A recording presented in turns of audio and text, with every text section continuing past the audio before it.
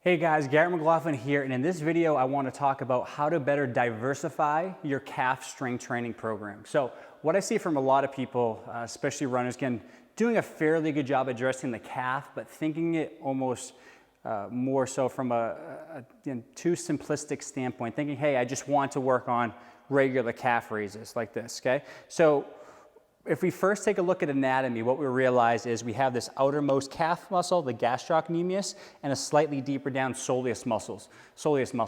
The soleus muscle is actually referred to as the powerhouse for runners because majority of running is completed with a slight bend in the knee. Therefore, we bias the soleus a little bit more than the gastroc. Of course, both of these muscles fuse into the Achilles tendon, which attaches to the heel, so we're going to use both of them.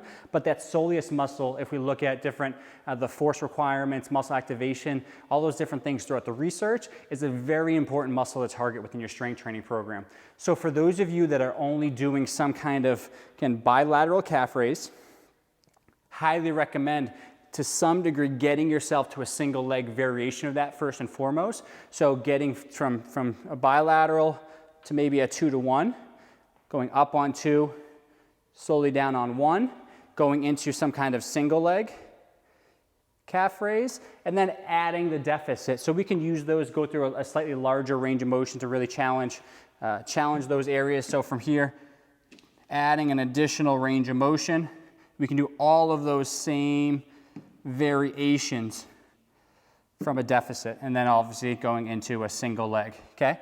Running, obviously dorsiflexion, getting into that position right there is an important range of motion.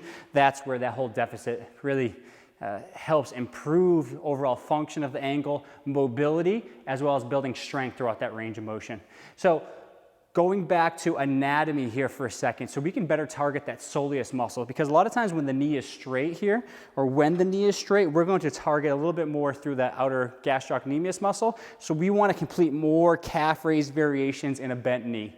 So a couple simple ways to do that, and I think it's again, very good complement to your bilateral calf raising or straight knee calf raising, whether it's on 2 feet, 2-to-1, or single leg, is to do what's called the soleus wall sit here. So if you go onto a wall, you're gonna lower down into a wall sit. You decide the degree you're gonna sit into that position depending on overall strength and where you are.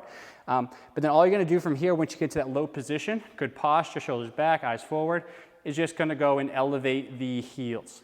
So now you can see I'm in a knee bend position. I'm getting that deeper soleus muscle, which you'll see is slightly lower down there than the whole gastrocnemius muscle.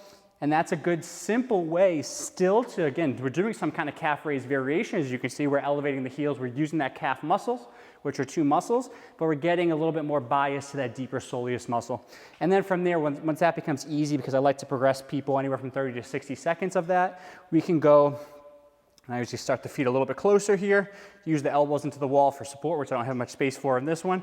But then as we get up into that position, we can go into, and obviously without having the wall, I don't have as much support, but going into an alternating and marching motion, or even a single leg hold, okay? And then building up, doing that anywhere from 30 to 60 seconds, but shifting a little bit more of the focus deeper down, not that gastroc, a little deeper down to the soleus. That's a very good way, as I would say, to diversify your strength training program when it comes to the calves.